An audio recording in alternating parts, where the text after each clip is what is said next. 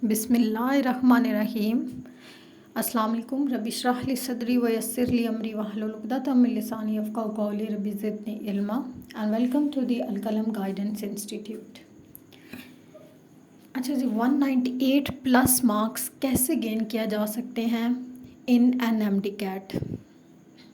सबसे पहली टिप जो मैं आपको बताऊंगी वो ये है कि आपने खुद को किसी भी दूसरे स्टूडेंट से, फ्रेंड से कंपेयर नहीं करना। Don't compare yourself with others. देखिए, कंपैरिजन बहुत टॉक्सिक है। आपका कंपैरिजन सिर्फ आप खुद हैं। जो आप कल थे उससे आपको बेहतर आज होना है, ठीक है। तो आपका कंपैरिजन कोई भी दूसरा इंसान हो ही नहीं सकता, क्योंकि ये ज़िंदगी में भी आप याद रखिएगा, आपने खुद को कंपेयर नहीं करना, और टेस्ट रिलेटेड चीज़ों में भी आपने खुद को किसी से कंपेयर नहीं करना। वो कितने घंटे पढ़ता है, उसके कितने ज़्यादा नंबर आ रहे हैं, बिल्कुल मैटर नहीं करता। आपने खुद अपना कंपैरिजन करना है कि आप कल आपकी क्या मिस्टेक्स थी और आज आपने वो मिस्टेक्स नहीं करनी। तो सबसे पहले तो हमेशा याद रखिएगा, आपने अपनी फ्रेंड से या किसी से भी कंपैरिजन खुद का नहीं करना, जो कि आपको स्ट्रेस देगा और आप फिर प्रोडक्टिवली पढ़ नहीं पाएंगे, ठीक है। तो आपके पढ़ने के लिए आपका खुश रहना, आपका हेल्दी रहना बहुत ज़रूरी है। आपका 100% देना बहुत ज़रूरी है। अच्छा, दूसरी मैं बात करूँगी यहाँ पे, जो मैं कहती हूँ कि बच्चों, आपने अपने गोल्स रात को सोने से पहले अपने गोल्स जो हैं वो एक डायरी पे लिख लेने हैं, ठीक है।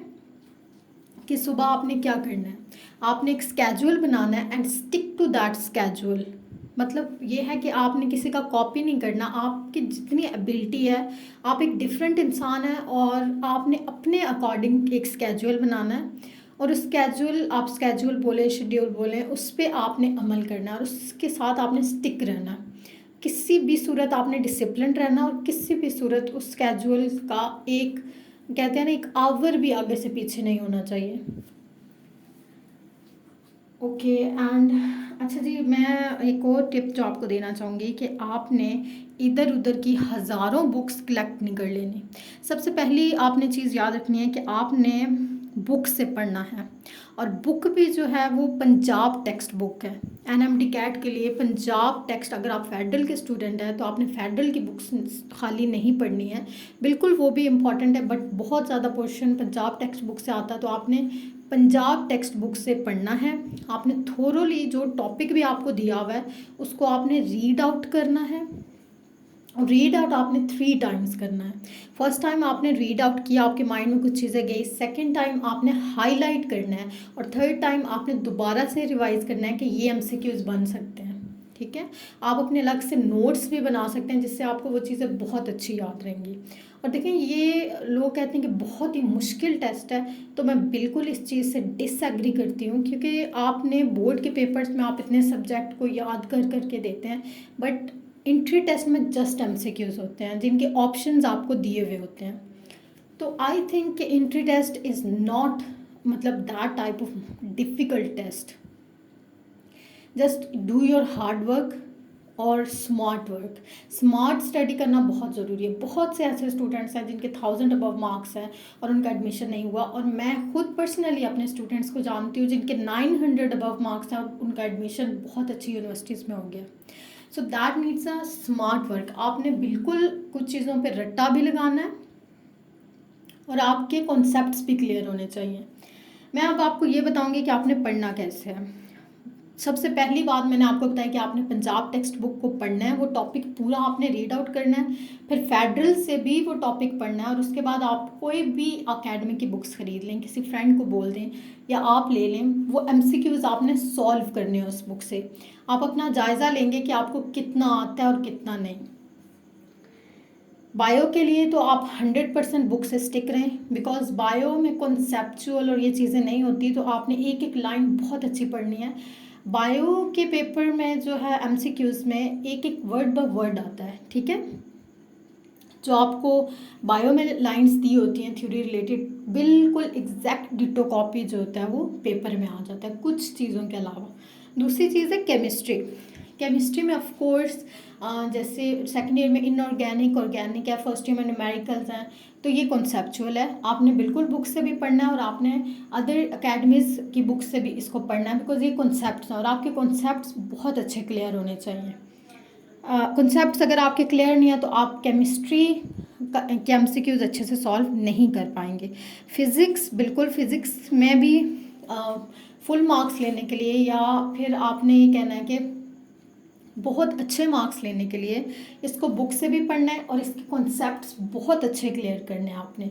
चाहे आप इसके लिए कॉन्सेप्चुअल बुक लें, चाहे आप किसी टीचर से समझें, चाहे आप वीडियो देख के समझ सकते हैं, बिकॉज आज लाइक तो सोशल मीडिया बहुत ही ज़्यादा कॉमन है, तो आप उस पर देख सकते हैं। मगर याद रहे कि आपने टाइम वेस्ट बिल्कुल भी नहीं करना। आपने बाकी किसी भी चीज़ को यूज़ नहीं करना एक्सेप्ट कि आप पढ़ाई के यूज़ कर रहे हो। ये चीज़ आपने याद रखनी है। अच्छा, मैंने आपको बता दिया आपने पास्ट पेपर्स लाजमी करने हैं। पास्ट पेपर्स जितने भी हैं उनसे एक तो आपकी प्रैक्टिस होगी और प्रैक्टिस का होना बहुत ज़रूरी है। टाइम मैनेज करना बहुत ज़रूरी है, ठीक है। पेपर में हो सकता है आपकी नॉलेज भी बहुत ज़्यादा हो, आपने पढ़ा भी बहुत ज़्यादा हो, लेकिन आपने प्रैक्टिस नहीं की तो फिर कोई फ़ायदा नहीं है। आपकी प्रैक्टिस होनी ही चाहिए। अकेडमीज़ वगैरह में यही होता है, आपने 80% खुद ही पढ़ना होता है। जस्ट वो इसलिए मैं आपको कहूँगी कि आप ज़रूर ज्वाइन करें अगर आप कर सकते हैं तो। नहीं तो मैंने ऐसे भी स्टूडेंट्स को मैं जानती हूँ जो घर बैठ के तैयारी करते हैं और उनका एडमिशन हो चुका है। बट मैं आपसे ये ज़रूर कहूँगी कि अगर आप अकेडमी ज्वाइन कर सकते हैं तो ज़रूर करें। इस चीज़ से क्या होता है कि वो आपकी प्रैक्टिस बहुत ज़्यादा करवा देते हैं, वो आपके लॉन्ग टेस्ट लेते हैं एंड पे, जिनका फ़ायदा आपको डेफिनेटली होता है। अच्छा जी, यूज़ नलिफिकेशन टेक्निक, ये क्या होती है? ये होती है कि आपने सबसे पहले, आपको पता है पेपर में आपके 3 तरह के एमसीक्यूज़ होंगे। एक इन्होंने इजी एमसीक्यूज़ बनाए होंगे, एक मीडियम लेवल के होंगे और एक ज़रा मुश्किल एमसीक्यूज़ बनाएंगे। ऑफ कोर्स मेरिट भी सिलेक्ट करना है इन्होंने। वो स्टूडेंट जिन्होंने हार्ड वर्क की हुई है उनको भी इन्होंने देखना है। तो सबसे पहले तो पेपर में आपने जल्दी से जो एमसीक्यूज़ आपको आते होंगे, इजी एमसीक्यूज़ जिनका आपको कंफर्म होगा कि यही आंसर है, वो आपने सारे सॉल्व कर देने हैं। फॉर एग्ज़ाम्पल 210 MCQs हैं तो आपने जल्दी से सॉल्व कर देने हैं। उसके बाद जो मीडियम लेवल के होंगे उसको आपने सोचना है, सोच समझ के, क्योंकि यही आपका मेरिट भी डिसाइड करते हैं। सोच समझ के वो 25 to 30 MCQs होंगे, उनको आपने सोच समझ के करना है। और बिल्कुल एंड पे आपने सबसे पहले नलिफिकेशन टेक्निक ये अप्लाई करनी है। वो ये होती है कि आपको श्योर है कि ये तो कभी भी नहीं हो सकता, ठीक है। 4 ऑप्शंस हैं, उसके बाद ये भी नहीं हो सकता और 2 ऑप्शंस में इंसान को कन्फ्यूजन होती है कि ये और ये होगा। फिर अल्लाह का नाम लेके आपको जो ज़्यादा फीजिबल लगता है वो आप उसको सिलेक्ट कर दें। लेकिन आपने बिल्कुल टाइम मैनेज करके ये काम करना है। उसके बाद आ जाते हैं बहुत मुश्किल वाले, वो जो आपने बिल्कुल भी ना पढ़े हों, वो जो आपको बिल्कुल भी ना पता हो कि इन चारों में से या तीनों में से कौन सा है। फिर उसके लिए आपने ज़्यादा टाइम वेस्ट नहीं करना। उसका यही हो सकता है कि आप उस पर कोई ना कोई तुक्का लगाते हैं, ठीक है। Next step is don't lose hope, always stay positive, stay motivated. आपने खुद को मोटिवेट करना है। डेली उठ के आपने कोई ना कोई कोट अपना डायरी, अपने रजिस्टर पे आपने लिखना है जिसमें आपने खुद को बोलना है और आपने ऊंची आवाज़ में इसलिए बोलना है ताकि आप वो चीज़ सुन सकें और आप पूरा डे मोटिवेट रह सकें। आपने डीमोटिवेटेड लोगों से भी बचना है, आपने टॉक्सिक लोगों से भी बचना है कि नहीं यार नहीं हो सकता, ऐसा तो पॉसिबल नहीं है। इस तरह के जितने लोग होते हैं वो आपको सक्सेस से, वो आपको कामयाबी से बहुत पीछे ले आते हैं। तो बिल्कुल इन लोगों को तो आपने एक तो इग्नोर करना है और आपने टॉक्सिक लोगों को खुद से दूर रखना है। अच्छा जी, जितनी भी आपकी बैड हैबिट्स हैं ना वो आपको छोड़नी पड़ेंगी। फॉर एग्ज़ाम्पल आप कोई चीज़ बहुत ज़्यादा यूज़ करते हैं जो आपका टाइम वेस्ट कर रहा है, आपने खुद को इवेल्युएट करना है कि कौन सी चीज़ें हैं जिसमें आपका टाइम वेस्ट हो रहा है। आपने टाइम टेबल में हॉबी के लिए ज़रूर टाइम निकालना है। हॉबी इज़ लाइक प्लेइंग, ठीक है। आप अगर खेलना चाहते हैं खेलें, फैमिली के साथ बात करें। उसके अलावा आप कोई भी जो प्रोडक्टिव चीज़ है, प्रोडक्टिव हॉबी है वो कर सकते हैं। लेकिन ये कि मूवीज़ देखना, इससे क्या होता है कि आपके माइंड में बहुत कम स्पेस होती है जिसमें कोई भी चीज़ रिटेन कर सकती है। तो अगर आप ये चीज़ अपने माइंड में बिठा लेंगे एक्स्ट्रा तो फिर पढ़ाई जो है वो उतनी इफेक्टिवली पॉसिबल नहीं है।